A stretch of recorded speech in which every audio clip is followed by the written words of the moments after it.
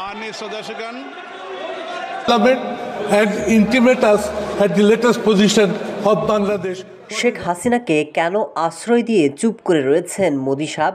শেখ হাসিনাকে বাংলাদেশে ফেরত পাঠানোর অনুরোধ কেন সাড়া দেননি? ভারতের পার্লামেন্টে এমন প্রশ্নের মুখোমুখি নরেন্দ্র মোদি।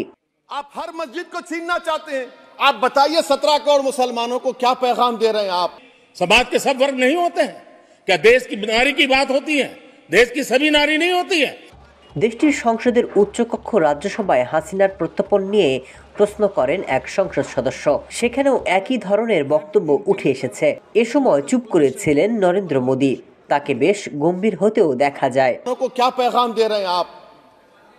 হাসিনার প্রত্যর্পণ চেয়ে বাংলাদেশ এর আগে নয়াদিল্লিকে যে চিঠি পাঠিয়েছিল, ভারত সেই চিঠির প্রাপ্তি স্বীকার করেছিল।